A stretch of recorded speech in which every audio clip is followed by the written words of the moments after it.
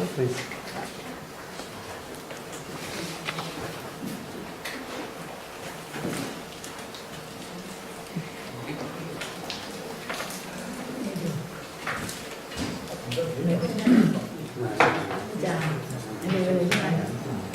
Okay, shall I start?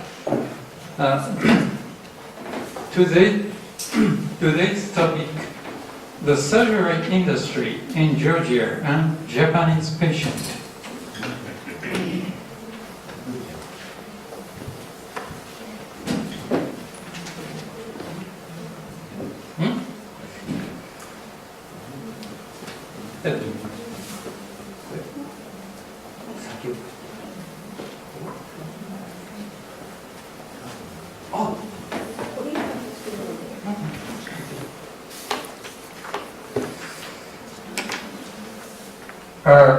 First, approach of surrogacy burns in the Asian countries. In the earlier 21st century, Thailand's status as a surrogacy hub has rivaled India's, greatly galvanizing its economic development.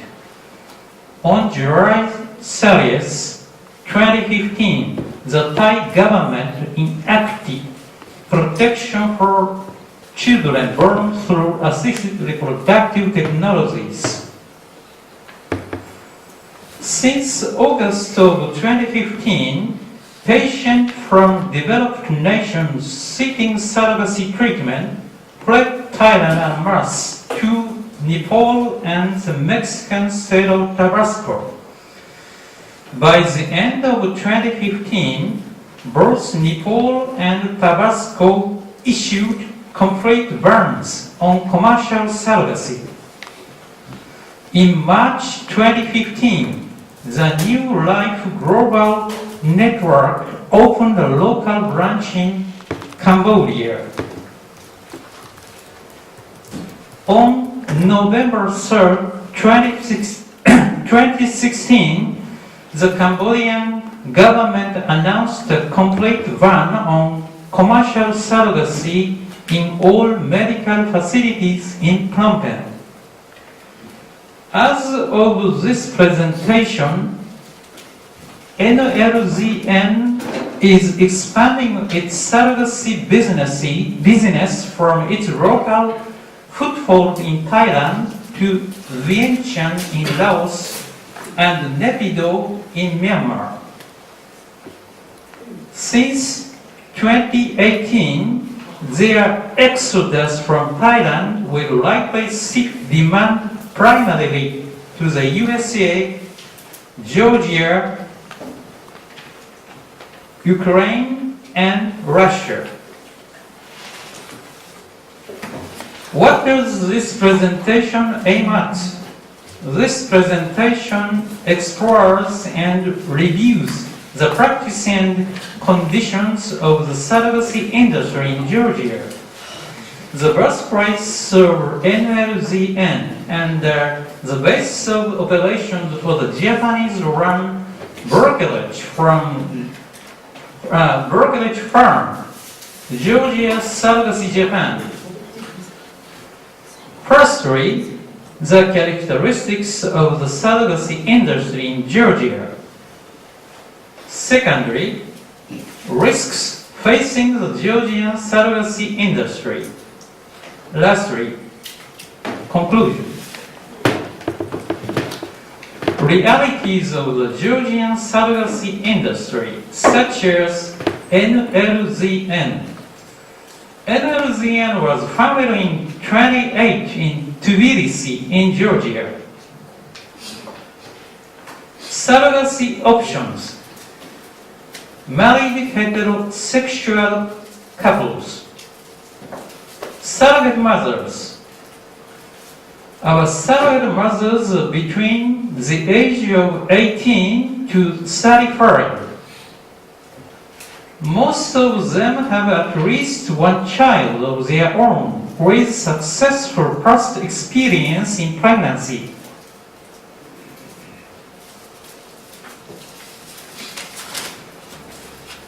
The New Life Global Network is headquarters in Tbilisi, in Georgia. Realities of the Georgia Surrogacy Japan. This organization was founded in November 2014 in Tbilisi, in Georgia. Law of Georgia on health protection states that the requesting married heterosexual couple shall be the legal parent of the surrogate child. And this law permits the cryo storage and use of gamete and fertilized embryos for the purpose of assisted production.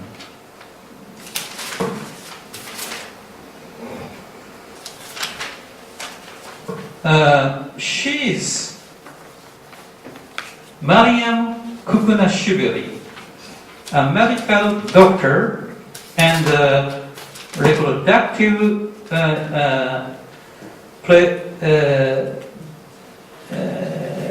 representative director of the New Life Global Network.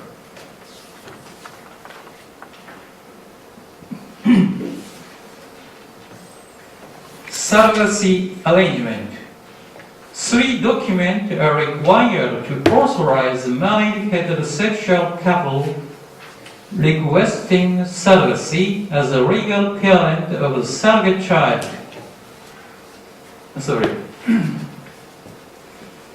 A surrogacy consent form signed by the couple. A certificate of uterine embryo transfer to the surrogate mother issued by the IVF clinic, and birth certificate issued by the hospital.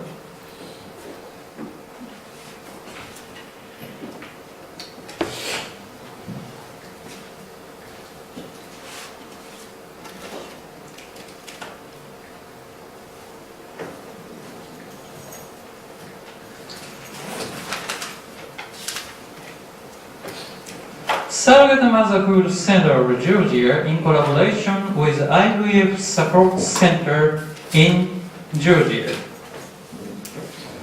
This is located in Tbilisi, in Georgia. Risks facing the Georgian surrogacy industry. Divorced single mothers and impoverished married women with children are the lifeblood of the surrogacy industry. Surrogacy brokers make it clear to surrogate mothers that they would simply be the womb mother, not the legal mother of the child they will bear. Many poor surrogates initially wrestle with internal conflict about their role, but eventually most warm to the idea of being an incubator. Risk factor 1. The Georgian church officials proclaimed that women should not be used as incubators. Tighter restrictions and even surrogacy bans may be on the horizon. No one should take the future of the industry in the country for granted. Risk 2. There have even been cases where a child broker incorrectly recorded the surrogate mother as a child legal mother on the birth certificate issued by the local hospital. Such illegal actions have drawn uproar and some rebukes from others in the industry.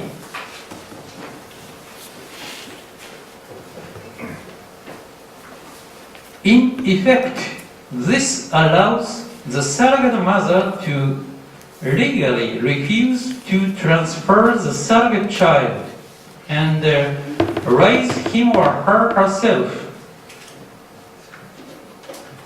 In the worst case scenario, the mother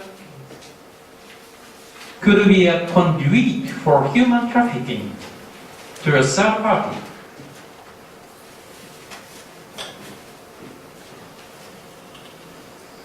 Conclusion.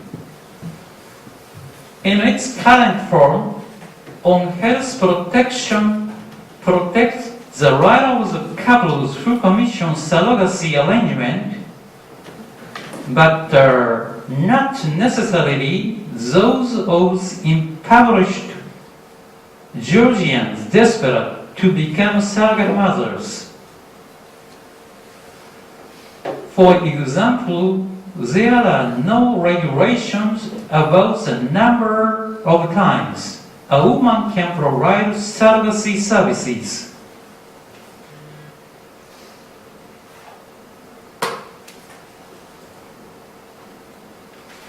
Therefore, robust legal provision to assiduously protect the health of surrogate mothers would be desirable in this regard. Japanese couples who want to pursue surrogacy in Georgia should be mindful of the myriad legal procedures and bureaucracy that await them.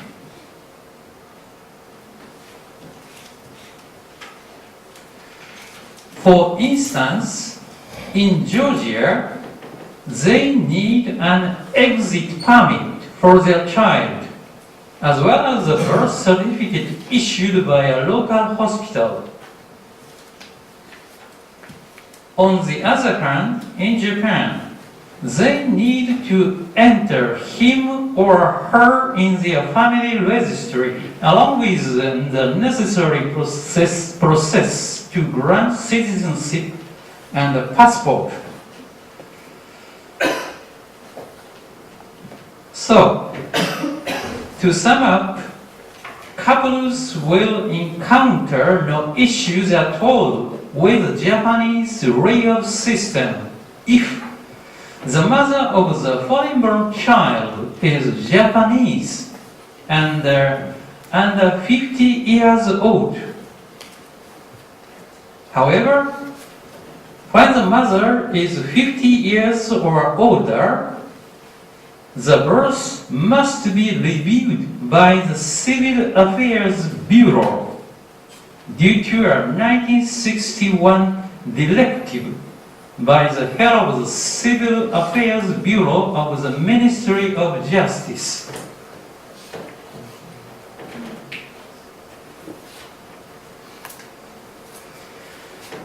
The Supreme Court has interpreted Article 779 of the Japanese Civil Code to define a child's legal mother as his or her birth mother.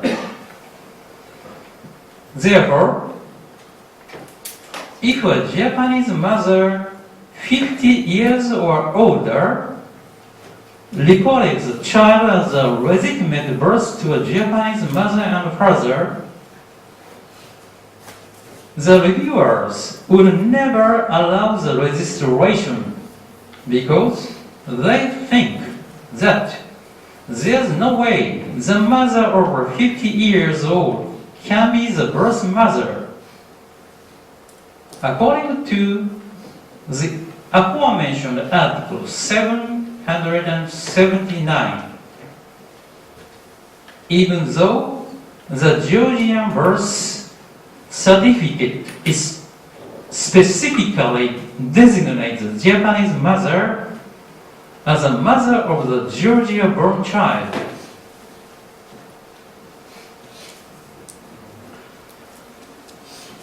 Japanese couples must research their options with caution, as some foreign surrogacy agencies and hospitals operate without a full understanding of the procedures for recalling children in Japanese family registries and acquiring Japanese nationality.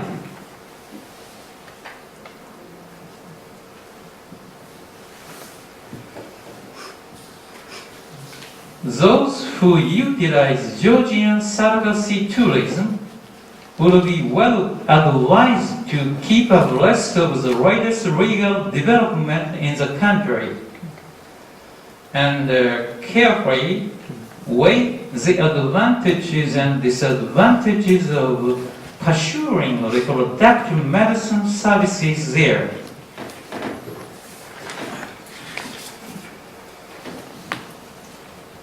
Thank you for your attention. Thank you, Professor, for a very nice presentation. Now the floor is open.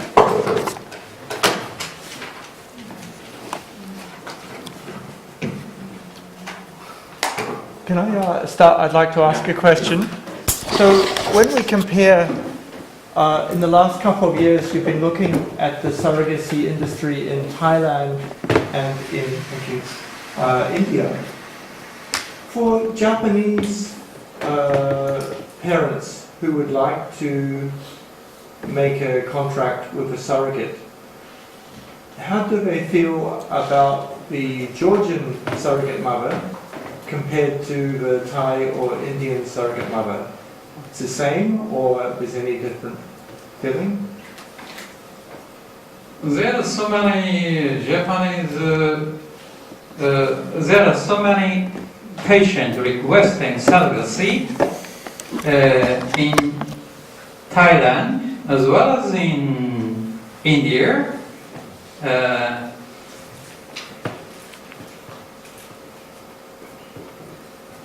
They fret according to the Thai military administration. Those patients fled Thailand to the other countries such as Georgia, Russia, and Ukraine.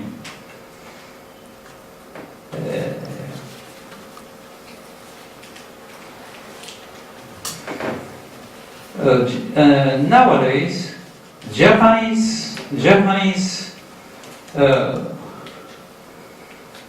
patient requesting surrogacy are gathering to babies in Georgia.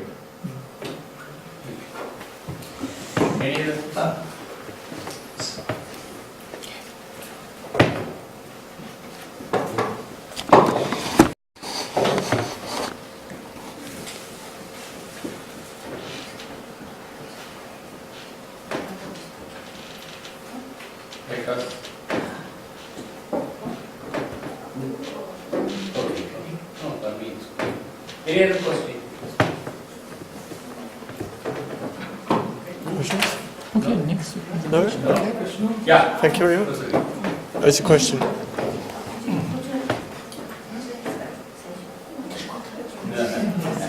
A question here. Professor Lee.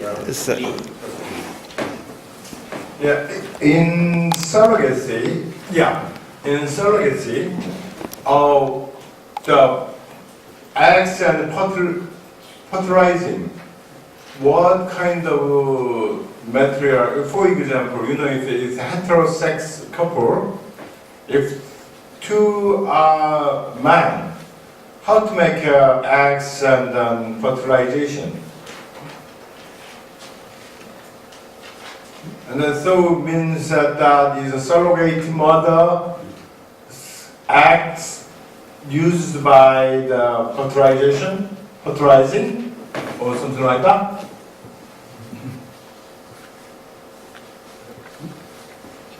I don't get it. What do you mean? So if a homosexual, a gay couple would like to contract a surrogate, how do they get the eggs in Georgia? Yeah, that can, yeah. Yeah. That's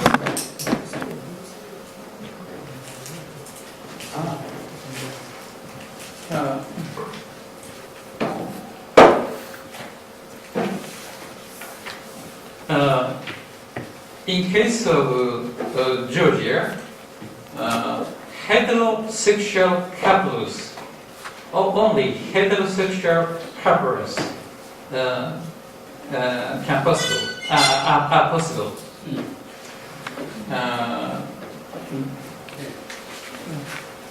同性愛かもしれないです。Yeah.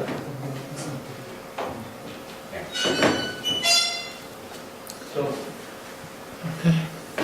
thank you, Professor Godamma, for your very nice presentation. We really enjoyed. Sorry. I would like to ask Professor Panel Selam a question. Okay, it's okay. Please, look at this sentence. Yeah. In Japan,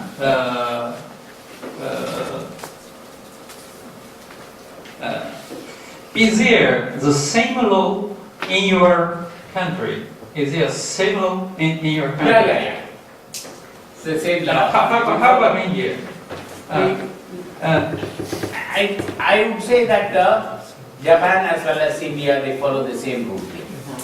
So there is no deviation, at least from your rules. Yeah. Thank The you. Ministry of Justice in India also follow the same guidance. There is no variation, I would say. Thank you. Yeah. Thank you very much, Professor. Now we'll move on to the next paper to be presented by Professor Sasaki. Please.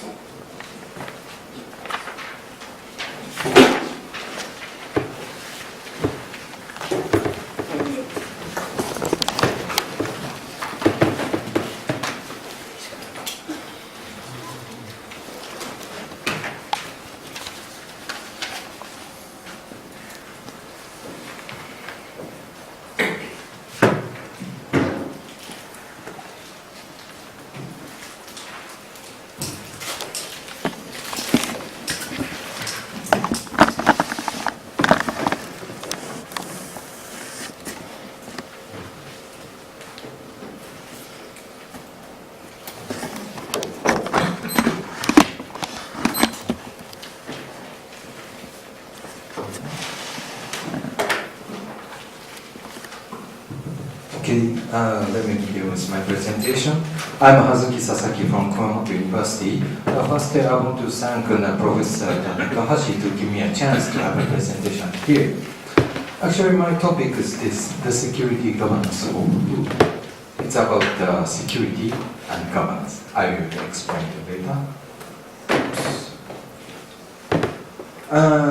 This is my outline. This is straightforward. First, I will explain about my research background, because my background is in international relations. So that before going to the heart of my presentation, I think that I need to explain a little bit. And the second is a core on my presentation, even though the slides are a little bit small number. That is analysis of the security governance in developing countries from the governance legitimacy. And the third is, which is related to the second, using the case of the Sri Lankan conflict to prove the second one, the analysis. Okay, let me begin with the first one. Since I will talk about the security, I think that I have to explain about the role of states. Here is a quote from the Max Weber. I think that I don't need to explain. This is a quotation from his work, the Politics as a Vocation, saying that the state is only the human Gemeinschaft in a community which lays a claim to the monopoly on the legitimate use of the physical force. However, this monopoly is limited to a certain geographic area, and in fact, this limitation to a particular area is one of the things that defines the state. As this quote puts, there has been a major actor, a state has long been a major actor in security, at least by the end of the Cold War.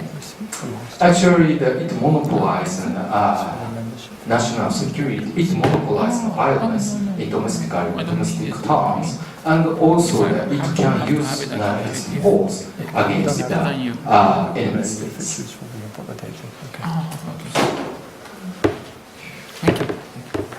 But right now, we can see the changes a little bit. That is a governance rule in security. What does it mean, the governance? In here is I think that I want to define that is private actors' involvement to the public sphere. So that in this context, states collaboration with the private actors in security. Actually, in practical, we could see as a collaboration. For example, actually, for example, in the Netherlands, there are some NGOs which help the counterterrorism. That is in the context of the prevention of the terrorism and its radicalization. And also, more directly, there are private military companies which get a subcontract from a state, like Blackwood, which this is notorious and it changes. And in academia, following those phenomena, in academia, the new term, security governance concept was coined, especially in the early 2000s, which catches the phenomenon. And recently, there was a move about research. A new research agenda is carried by Professor Adachi from Ritsumeikan University and also the other professors from other universities. And unfortunately, this was not published, not in English but in Japanese. But still, this work is, I think this work is very significant in a sense that it focuses on the condition that, it focuses on the conditions in developing countries, not developed countries. Because before this, most of the literature about the security governance is solely on the Western or the developing countries. And those developing countries, the states alone cannot provide domestic security. So there is no choice but to cooperate as a private actors. For example, not only the NGO, but not only NGOs and security companies, but also the militia and the vigilante and the clans, powerful clans, in order to assure stabilize its domestic security. Actually, this study found a variety of security collaboration. Okay, by now, that was background information. And from here, the heart of my research. Actually, my research question here is what is a legitimate security governance and how to achieve it. And I think that I better begin with the question, what is legitimate governance? From a view of legitimacy, this is frequently cited in Sharp's work in 1999. There are two classifications. The one is an input legitimacy, which can be ensured by democratic representation. The second is an output legitimacy, which is measured by its effectiveness, sole effectiveness. It doesn't care about any democratic representation. And Sharp himself, he heavily relied on the output legitimacy, because he says it's hard for input legitimacy, it's hard to shape an agreement from diverse groups. But if we focus on the output legitimacy, there is a common interest. That could be a focal point of people. But there is a counter argument. Some scholars say pointed out the risks of this output legitimacy. Because it disregards, this output legitimacy doesn't care who joins the governance. And the second, and also this output legitimacy,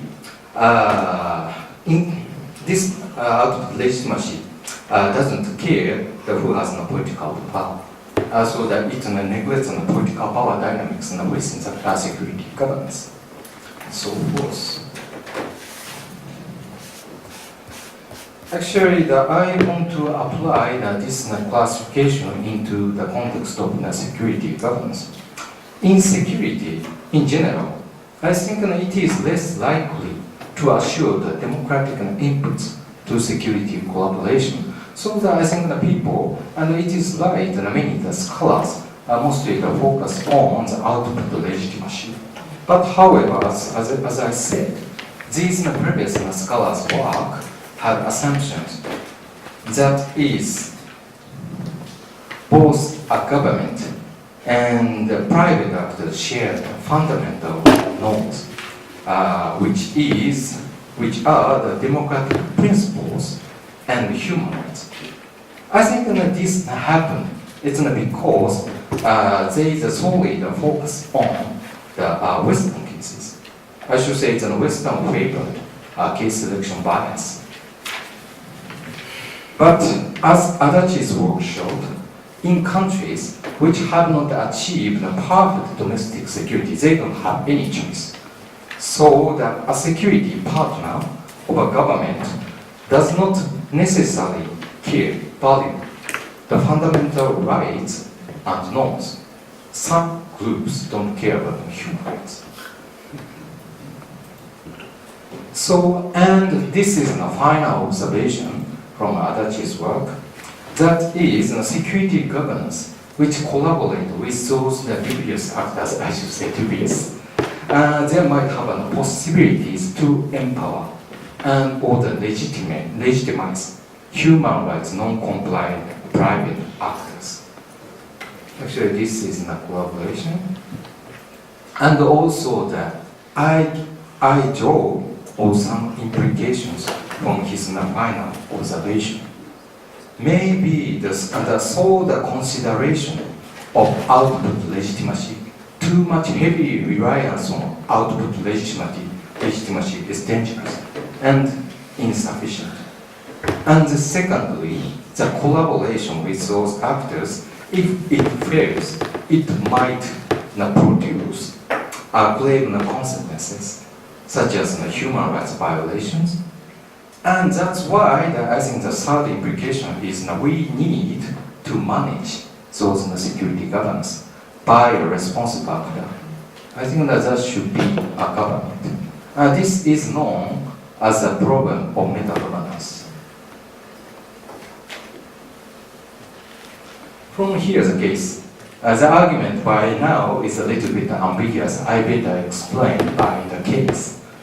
I will explain my argument by introducing the Sri Lankan conflict. This is a chronology of the conflict, but I just pick up the events, a few events that are relevant to my argument. Basically, it's a confrontation. This conflict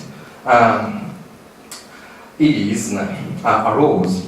It's because of the confrontation between the Sinhalese, who lives in the south of Sri Lanka and whose religion is Buddhism, and the Tamils, who lives in north and whose religion is Hindu. And this the conflict began from the mid-1980s, and the representation went to the Tamil Tigers, known as Tamil Tigers, Liberation Tigers of Tamil Eelam, the acronym is LTTE. And the conflict continues more than 20 years. And there was a big change in 2004. That was a break away of Colonel Kauna from LTTE. He was thought to be the number 2 position of LTTE. He defected. And in 2005, November, Mahinda Rajapaksa, he was elected as a president. And he is pretty, and he decided to ally with his defected group leader, Karna, and developed informal alliance with his group. And thanks to his partly, thanks to this collaboration, the government could recover the eastern province in 2007. And finally, and it was in May 2009, the government defeated the LTT militarily, and the conflict ended. Actually, but there was a big problem in it. That was a human rights abuse by the Karna faction. That is an abduction issue in the eastern part, and the use of the child soldiers by its force. It was pointed out by the UNICEF in 2006, and it was repeatedly criticized by the UNICEF and global NGO such as Human Rights Watch and Human Rights Now, and the local NGO. I interviewed NGOs, local NGO people. He was also involved. So what does it mean? I think that it is very much to show that the alliance between the government and this private actor, Karna faction, was very much effective militarily. However, it produced human rights, and this collaboration did not gain the full support from the international community as well as the civil society. That means output legitimacy alone cannot legitimize the human rights abuse. This is not enough. By the way, this is in 2005, red colored zone was occupied by LTTE. And this is almost, it's January 2009, almost the end of the conflict. This LTT occupied area is very small, and here is a diminish of the occupied area. It was just 4 years. Big changes happened because of the collaboration, but this human rights violation happened. But actually, we also have to see how this use of the child soldier was solved. It was there was a heavy international pressure, mainly from the UN and UNICEF and the United States and NGOs, both global and local, was put on the Sri Lankan government because the Sri Lankan government was reluctant to deal with the issue at first. And they firstly didn't make the Karna faction that stopped the recruitment and the use of the child soldiers because it was so useful and they were the allies. But in the end, it was around 2008 and 2009, the collaboration between the international organizations such as UN and UNICEF and the Sri Lankan government and the Karna factions, this cooperation went into effective, and finally the number of the child soldiers was also very much decreased and finally diminished. Actually, this is drawn implication that I saw in the previous slides. I think you could see those implications in this case study from 1 to 3. But I think that from the case of the Sri Lanka, I think that we could draw some lessons on the third implication. That is the necessity of network management by a responsible actor. Actually, when we think about the Sri Lankan case, for legitimate security governance, which protects, and actually at this point relates to the protection of the human rights. For legitimate security governance, which protects the human rights, network management by a government is crucial. And also the government's will is also necessary condition for the management. If we see the case of Sri Lanka, actually they were reluctant. If they had a will at first, maybe it might have been solved much earlier. And the third point is from my thought, the government is an appropriate actor which can complement and output legitimacy by institutionalizing the democratic inputs. Okay. Thank you. This is my presentation. Thank you very much. Thank you very much for your very nice, stimulating paper. Before I throw the paper for others, I would like to reflect on two important points which have raised. One is that you are talking about the NGOs and the private military organizations or something. How far they would be successful? Because we say that national security should be always in the hands of the government. To some extent, at least we can rely on them. But to depend on the NGOs or the private military, this thing, that would lead to a lot of complications, and that would be a little dangerous, don't you think, like that? Then another thing, you were referring to Karna faction. Yes. But are you referring Prabhakaran or Karna? Because I'll complete. Because Karna was a descendant leader from the LTT and he joined the government. Yes. And as a result of that, he got some benefits and all that one. Now the question is, you are talking about the conflict. It can't be merely termed as a mere conflict. It is a war. Why did this happen? That we have to see all those conditions in which the Tamils were placed. They were denied the basic human rights. So as a result of that, they have to take the arms in their hands. And you were talking about children who were included in this guerrilla war or something like that. But no, please note that these youngsters, because I was there, I had an opportunity to visit that Elam place after the war, after the death of Prabhakaran. Yeah, I could see still, the military is, standing, that military officers are standing at each and every street corner. Every time they are being watched. So in this situation, what would be the proper way of solving the problem? We are not giving a. I'm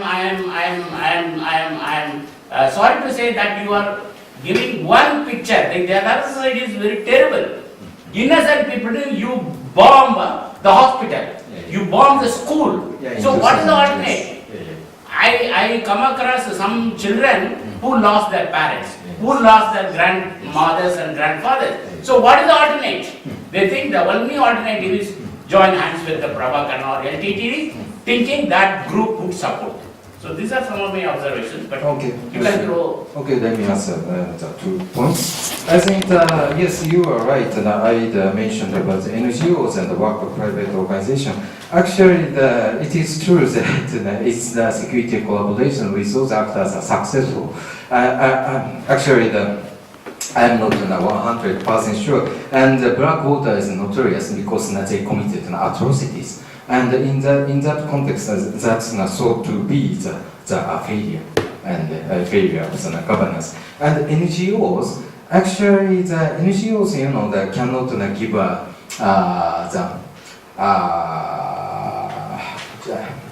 short, medium solution. I mean, actually,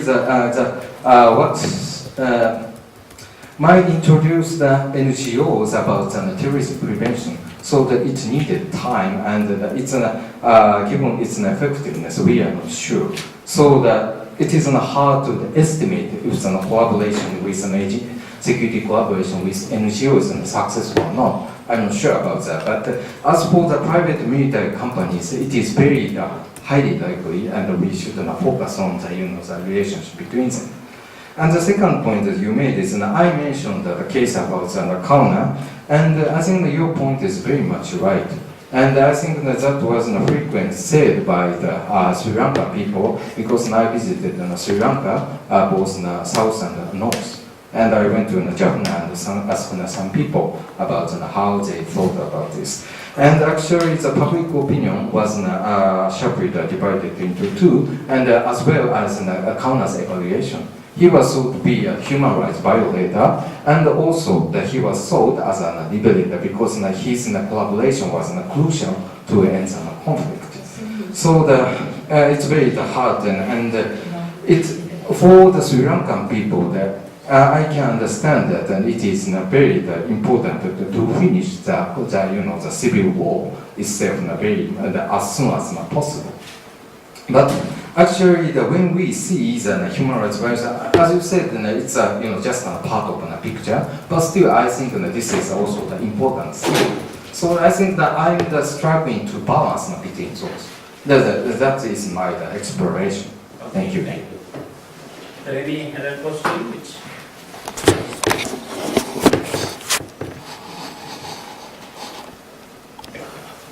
Yeah. Thank you. Thank you for your talk.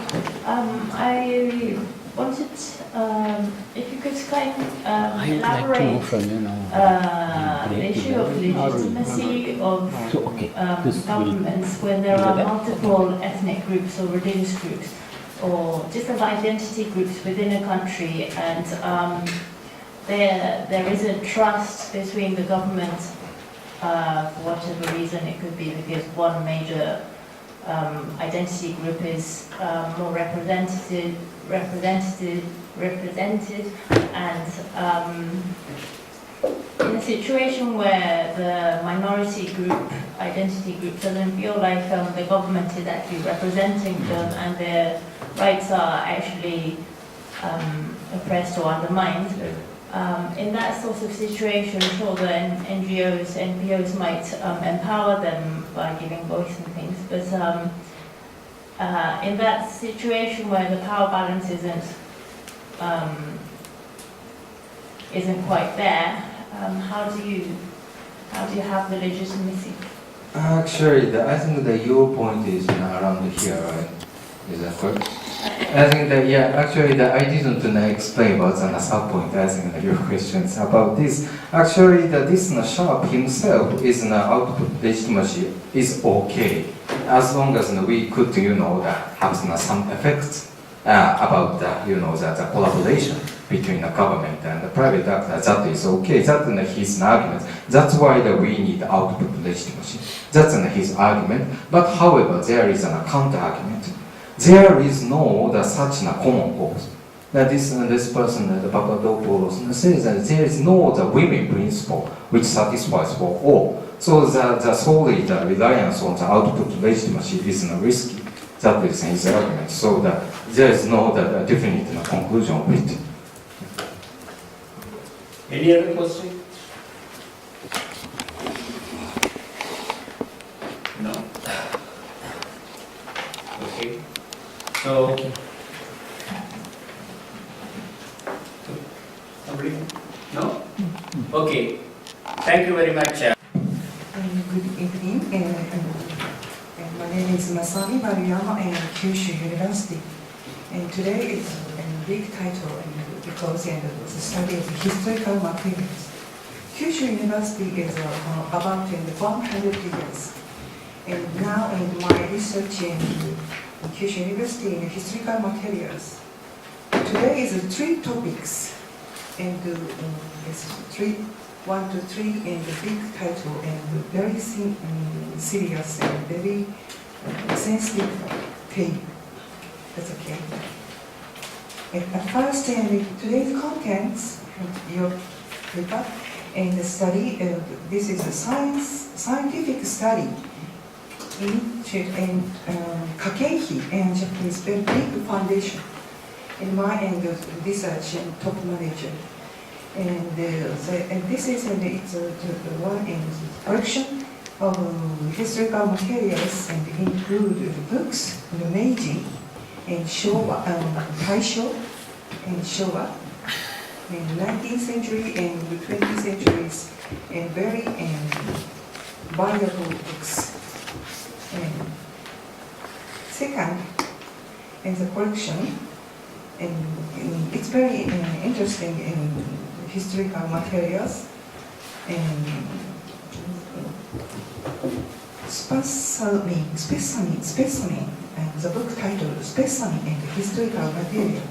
of the Department of Medicine in 1997.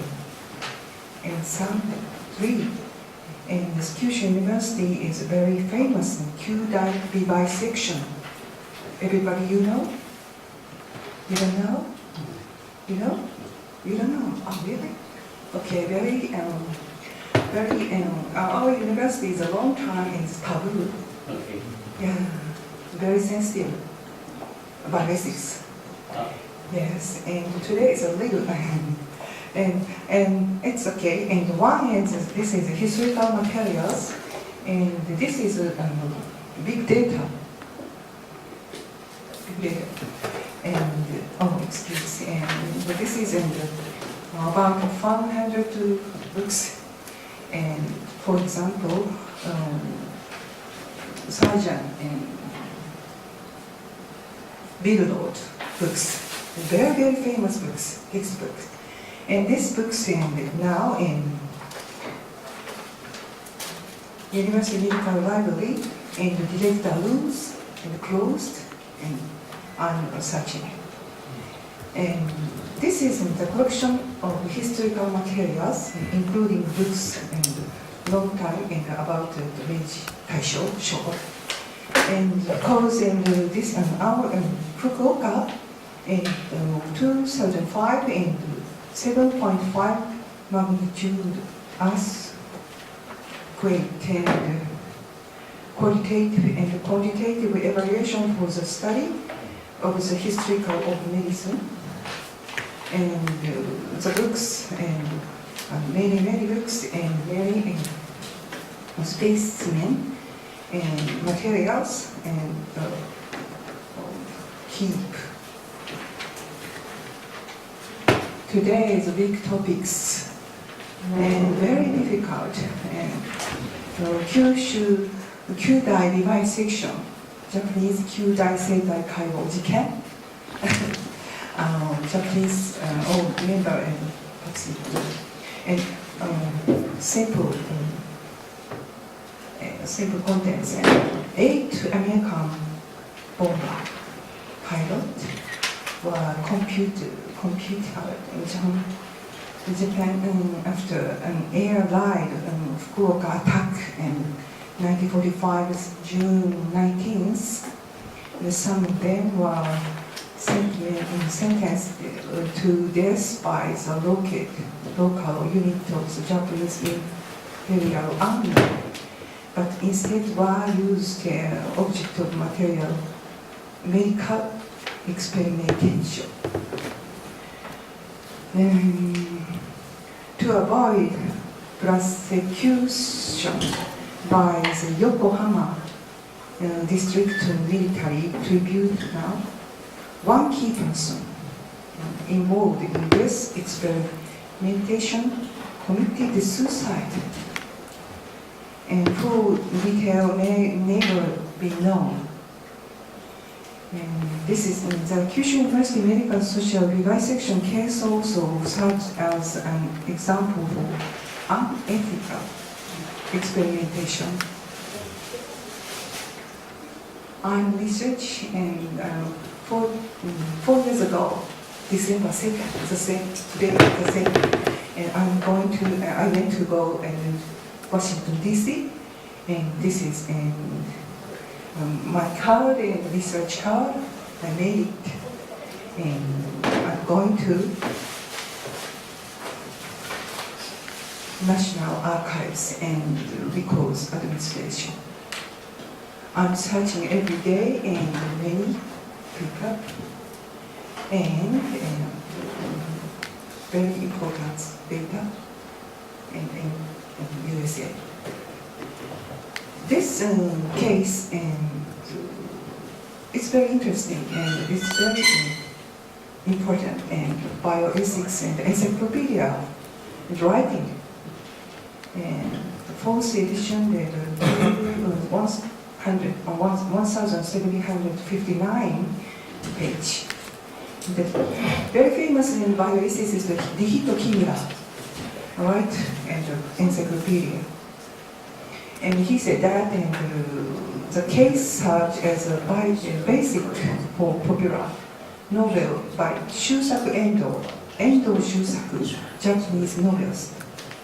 And his name is Umi to Rokuyaku, very famous Japanese novel, in which he dramatically depicted the quality of medical scientists tempted by unethical but very interesting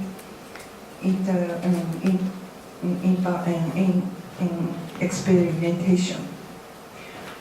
Endo said that novel, Endo forced consideration of the meaning and place of ethics and medicine in Japanese society, and he said lacked a standard of absolute value.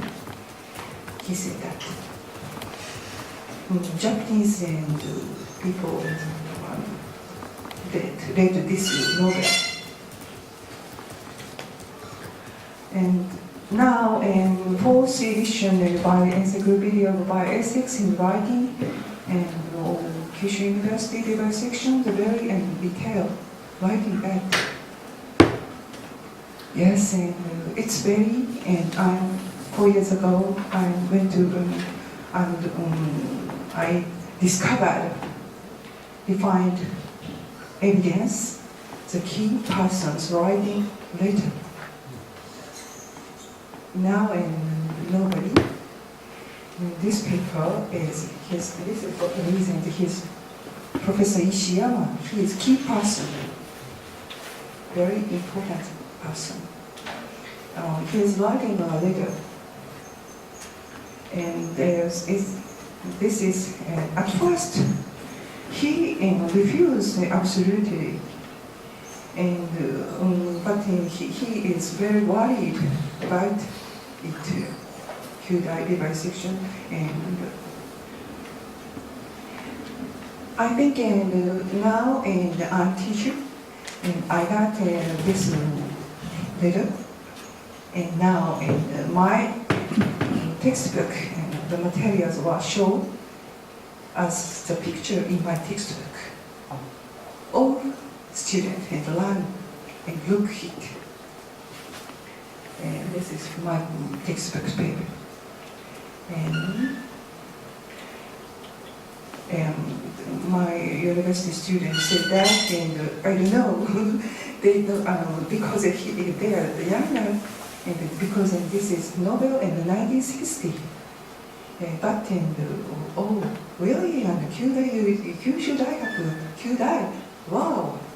I'm a medical student. Why? Yes, and very, very important things I think in this letter. And I'm discussing profession and professional ethics. And this is an oath, I suppose. Very famous in the oath, Hippocratic.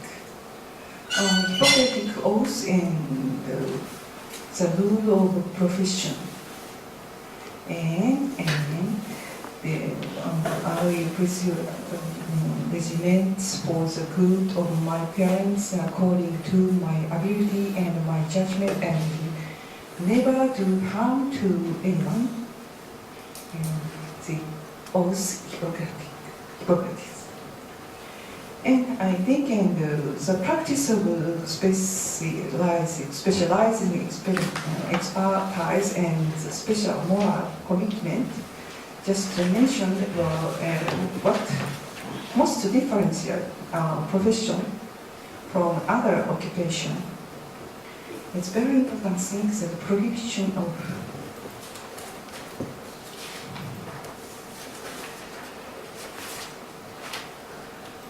caution,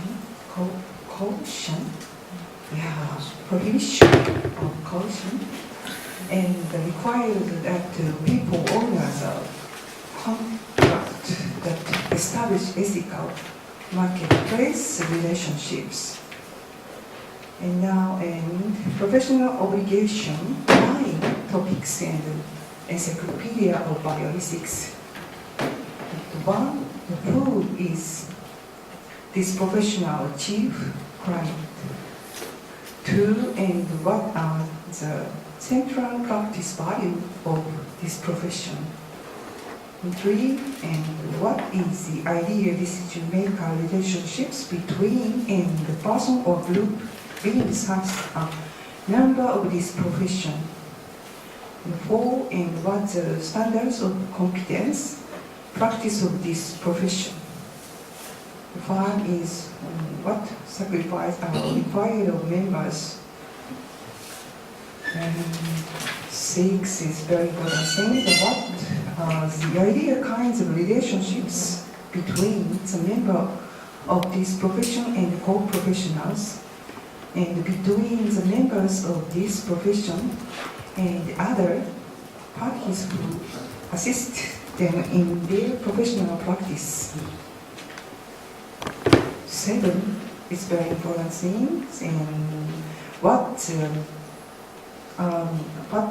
are the ideal relationships between the members of profession and the larger community. And eight, and what ought the member of this profession obligate to everyone who needs them.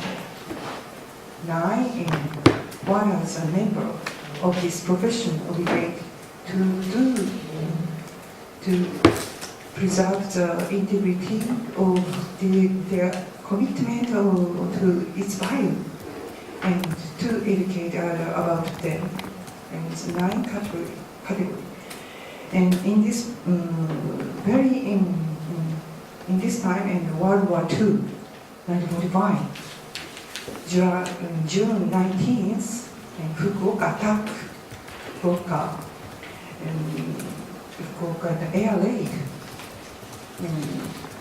It's very conflict, I think so, right? Now, and very important things in my end, looking at National Archives, new data, and he is a TED nurse, and writing the paper, and it's new data. This is, in my opinion, that means long time in our university, this is a secret and taboo. But I think historical materials are learned the priceless lesson and valuable experience for the professional ethics. And we will start and discuss the standard and absolute value from the standpoint of professional ethics for dramatic events. And now in 2014, April, we have a museum of Kyushu University Medicine. And I think in starting a discussion with my student, I think so that very important things. Yeah. Thank you. Thank you very much and attention, and Takao Takahashi, and big chance. Thank you very much. Thank you very much. Very interesting and very important information you have given us. But one thing I would like to ask you is you are talking about the absolute value. Is it possible to have absolute value? Because value is always, we say, it is a relative term. So can there be any absolute value, or do you have any special usage of this word, absolute value? Am I clear? Now I'm thinking professional. Yeah. Yeah, professional. I think, for example, sociologist Talcott Parson, very famous sociologist Parson. Yeah. He said that and attitude and 3 topics, and attitude and orientation and worth. Yeah, 3 is very important. I think in the profession. I think in the same thing. I think both. Now we'll take up some questions. Yes, please. Can I pause it?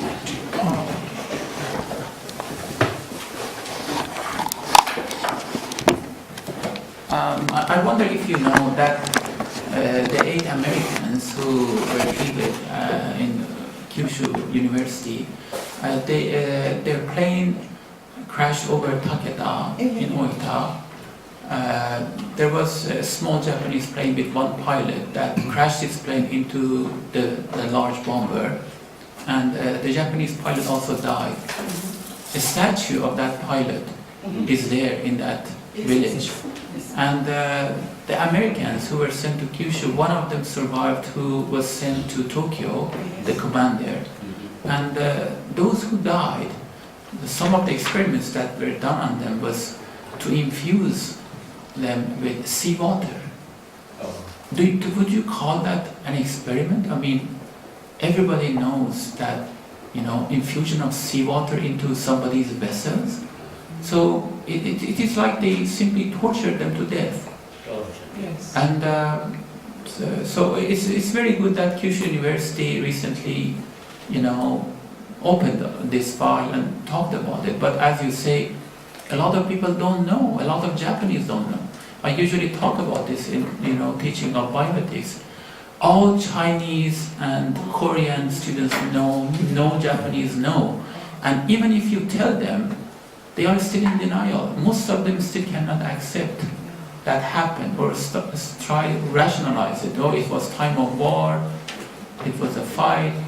But something you can do, I mean, can you follow what happened? Because the story is that many of the people involved in that were actually given high positions in many hospitals. They became the chiefs. Many of the, 731. What happened to them and why they got away so easily, even after the war? Thank you. In the QW bisection? You know? Yeah, thank you. Yes. Normal hands. Thank you. Any other question? Yes, sir.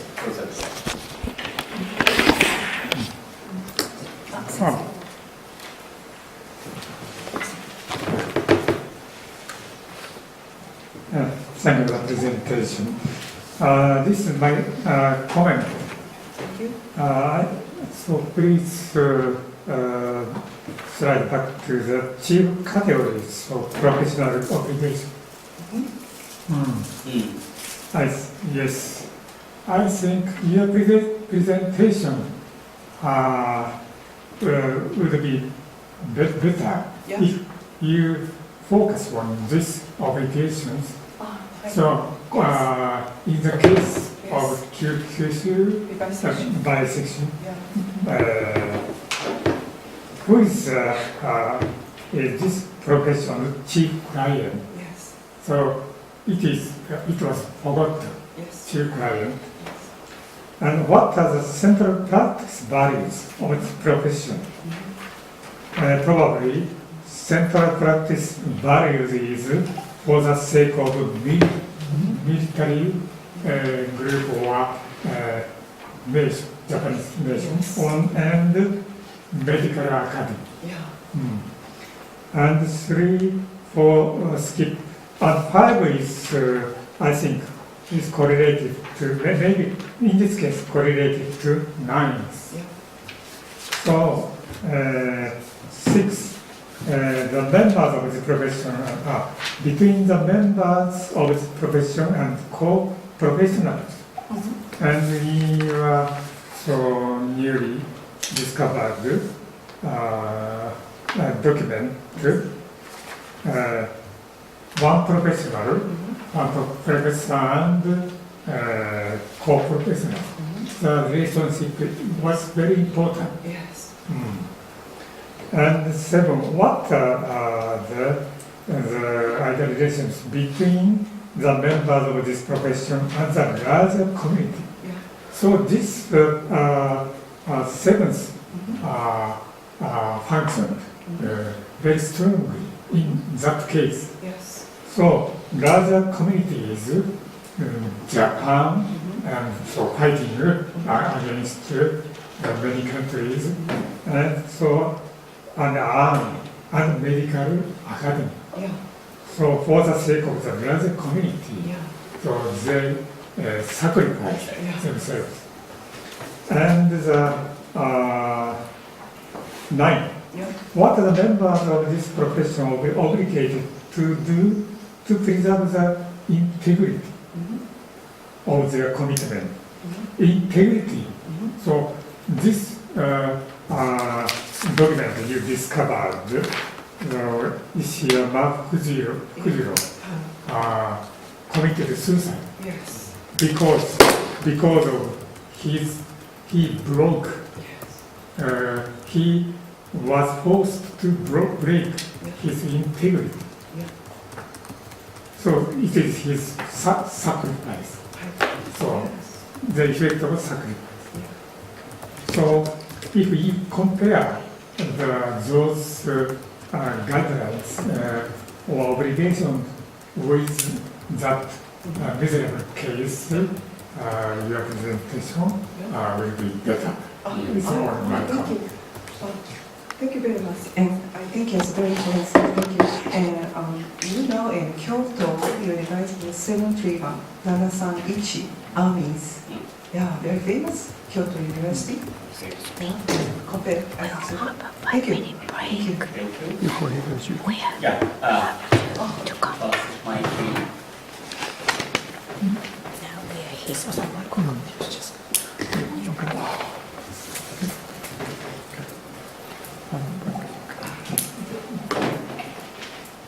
I'm Masako Dama. I have one question. Could you show me? You conclude that you will start to discuss a standard of absolute value from the standpoint of professional ethics. Yeah. But what is a standard of absolute value in the Japanese society, where there are no individual beliefs in religion?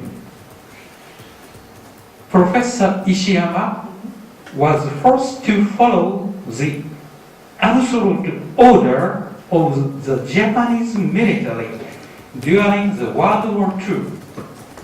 In those days, the Japanese military was, so to speak, Japanese emperor. Absolute order. Yeah. What is the standard of absolute value? Yeah, at first, I think now Japanese people and very famous in the Nobel and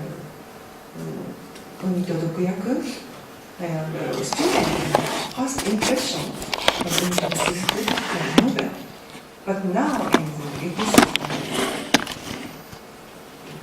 very important events, very important events, but this is a secret thing because in the Western armies in Fukuoka prefecture and army sergeant and paternalism, Kyushu University sergeant Ishiyama, and paternalism is the order and so strong and he is not say no. I think so that.